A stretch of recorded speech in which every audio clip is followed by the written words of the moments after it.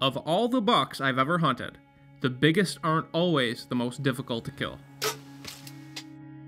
In my case, the toughest animal I've ever tangled with is this big 6-pointer that showed up on my farm in 2013. He was 3.5 years old, and I named him Katie's buck, hoping my wife Katie would kill him during that gun season. He was not the type of buck I wanted taking up shop and breeding all over my farm. Yet, even as a 3-year-old, he remained elusive throughout the entire gun season. The one cool thing about Katie's buck, his sheds were easier to find than he was. I found a shed. Just following this trail, and I looked up, and bam, laying right on the trail. I think that's Katie's buck, that little 6-pointer. That stupid deer. Oh my God, I got the other side right here. Got the other side right here. Oh my God, I just had turned the camera off on accident almost. The other side's laying right there. Yes, yes, yes. Bam, bam. All right, here we go. First hands. It is, it's Katie's buck, dude. The sweet little 6. I wanted her to kill this deer this year. Check her out. Yeah, baby. Here she goes, right here. And I saw the unmistakable beam of a giant shed. And I know what buck it is because I already drove by it, but I'm not going to tell you yet because my wife Katie is behind the camera and I want it to be a surprise for her. Katie's buck! Wait, seriously? What a stud. Oh my gosh, I passed this deer. We had 3 people in a blind. And I passed this deer at 37, excuse me, it was about 41 yards. And it was right at last light. Long story short, I just didn't feel comfortable with the shot. I don't know if it was just having 3 dudes in a blind or what, but it was just pushing it, and I just didn't feel comfortable, so I didn't shoot. So here he is, and now I get to pick it up.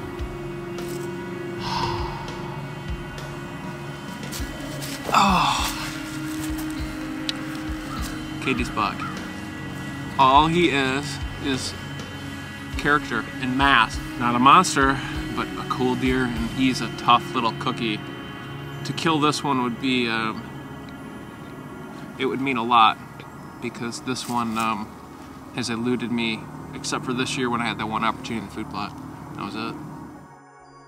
We hunted this buck hard the following year and would never see him during daylight again. Katie's buck was once again a prick. Katie's buck.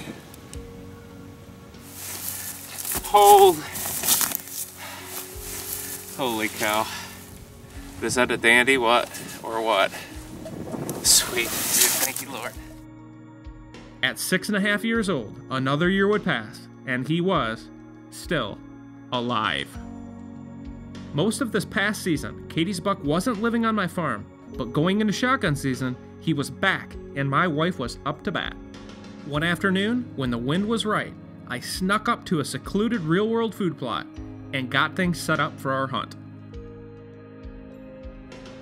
Well, this is a first, but sometimes you just gotta try new things when you're hunting individual deer. But I came out and checked cameras yesterday afternoon on my property, Katie's on my property, and I have a ton of pictures of Katie's buck. Like, he's been out every night, so he's bedding right next door, which is, he's bedding anywhere 50, 100, 150 yards away. Katie wouldn't be home from work until later that afternoon, so we would only have the last hour or so of shooting light for her hunt. She just needed to make it into the blind before the deer showed up. She made it. I made it. It was a rush, but I got here. Crawled out here. Basically ran in walking style, but so we're in a different food plot because Todd saw Katie's buck. He's been hanging out here the last few nights, like for the last week pretty much, and I mean like in and out during broad daylight, so I'm pretty sure he's better right here. This is just a killer bedding area. It's a cool spot because we can see everywhere around here, and it's just the feel like killed my first doe. So it'd be pretty epic to kill myself tonight.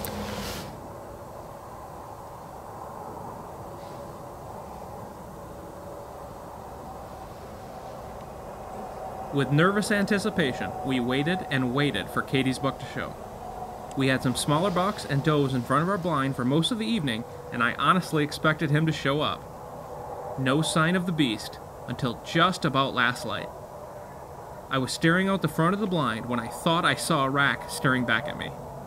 Katie's buck had materialized before our very eyes and was standing only 50 yards away, but in some really thick brush.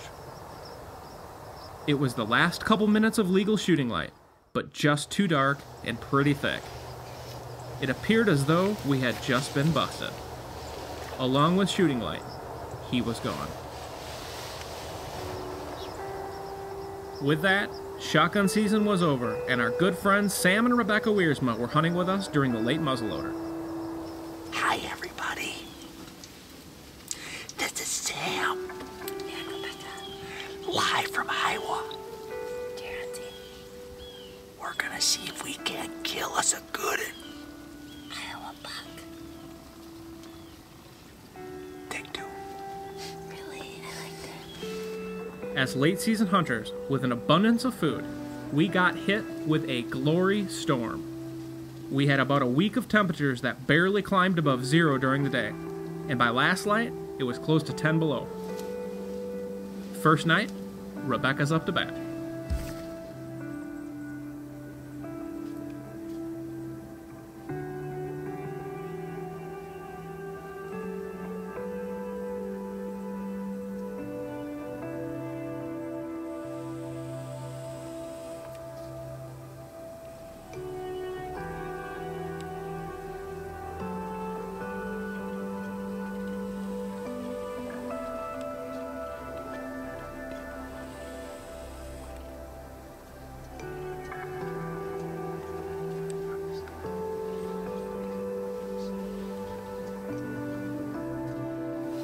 Finally settling the blind. So we shall see what happens.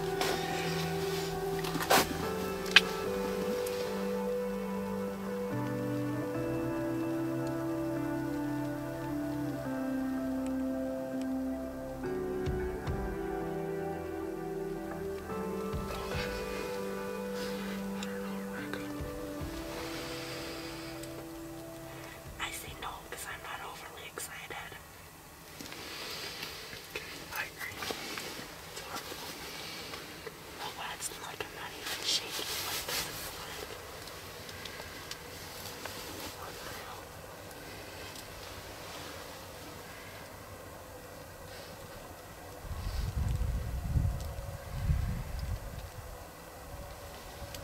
Hopefully I don't regret this decision.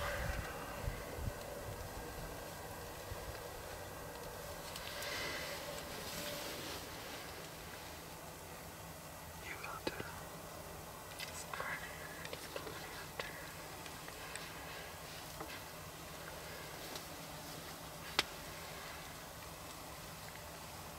He's one more right here.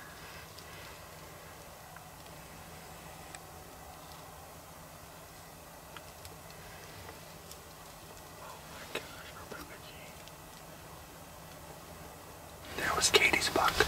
I guess, Katie, we're gonna save him for you. He is only at 40 yards. He's on that hot doe yet. Crazy for this time of year, they're still with the doe. He was pretty tempting.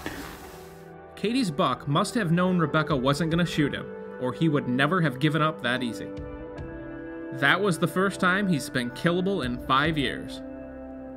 And he would continue to torment. Over the next several days, I would try filming myself with a bow on what felt like the summit of Mount Everest at night. It's about 0 degrees right now, and I'm heading out, trying to kill Katie's buck or another mature deer down this bottom. It was cold, brother. And I mean frozen camera heads, bows creaking, and painful cold. Just got set up in the blind here, beat it in without blowing anything. And, I think right now, with this kind of weather, this is my best chance to kill one with a bow. So, it's definitely a kill night. Sam and Rebecca hunted over here in a standing bean field just a couple hundred yards away. And last night they passed Katie's buck, and he's just a giant 6-point where he's 7 years old. Totally a buck I want to kill bad. He's the most challenging animal I've ever hunted out here as far as just wiliness. You always figure out a way to Man, this is about the only spot that I think I can catch him, maybe. Narrows him down close to the blind within 25 yards.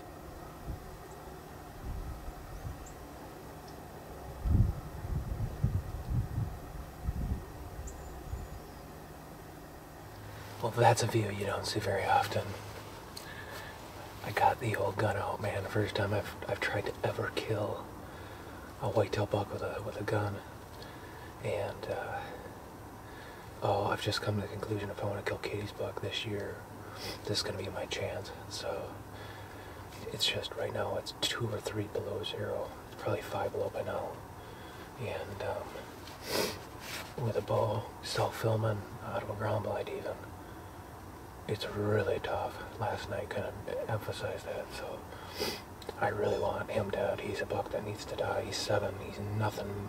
He's never going to be anything rack-wise spectacular, but he's been the toughest deer to kill on my farm for the last couple of years. Just my goal is a management buck tonight, and Katie's buck is the ultimate management buck. But he's a bruiser. He's just a 6-pointer, so monster deer. I'd be totally tickled to kill him, and I've never killed one. Never shot a muzzleloader before, I don't think. As the bitter cold afternoon hung tightly onto the last moments of daylight, I'd pretty much given up on Katie's buck. Then I caught movement. Here he comes.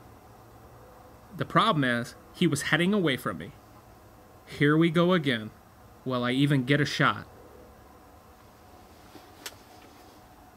He finally settled in about 80 yards in front of me, but there was a line of weeds that were disrupting my view. I waited for an opening big enough to feel good about the shot. I could see much clearer through the muzzleloader scope, and there wasn't much between him and I, but he blended in really well. When the gun went off, I was dead on him.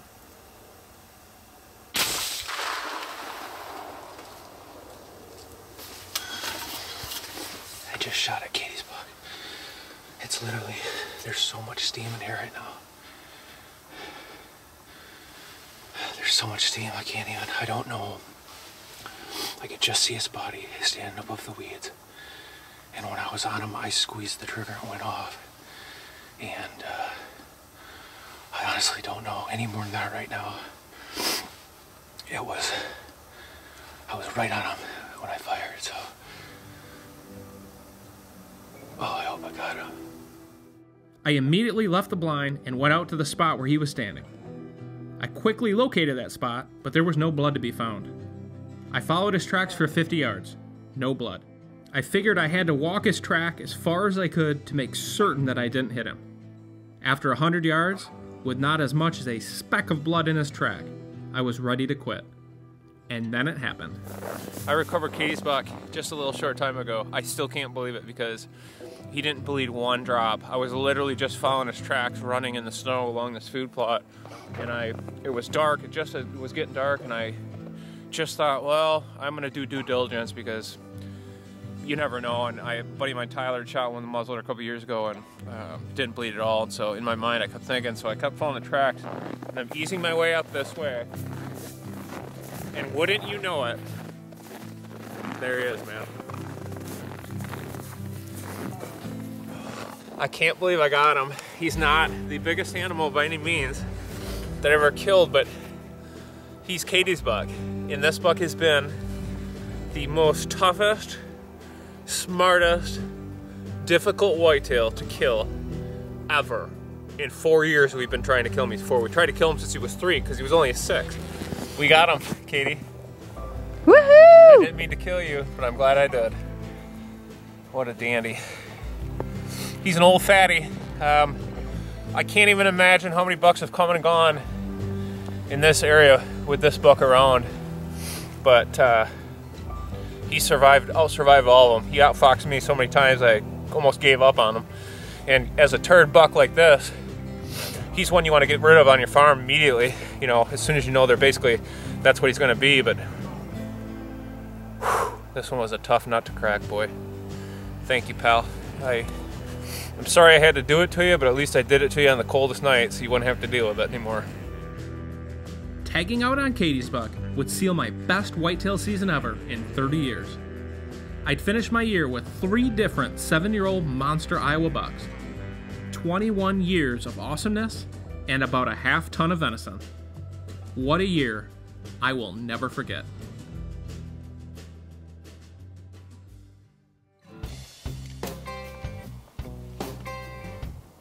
Stick and pick we use all the time. My ground mounts, my tree mounts, started using for the second angle cameras. I just can't say enough about the ease and the quality, the fact that you've got something like stick and pick where I can put it exactly where I want to put it. There's one commonality with trail cameras. There's never a tree to put a camera on or in or near, and if there is one, it's on a crazy angle, so you spend 20 minutes taking branches and leaves and bark and corn cobs to try to make your cameras level. In 2 seconds, you make an adjustment and your stick and pick is perfectly mounted. It saves you time. In this spot here, there's not a tree close enough to where I want to be in these beans. So what stick and pick allows me to do is just run my camera anywhere I want it. There's not enough good things to say about these things. They're inexpensive. The durability of them is, I mean, second to none.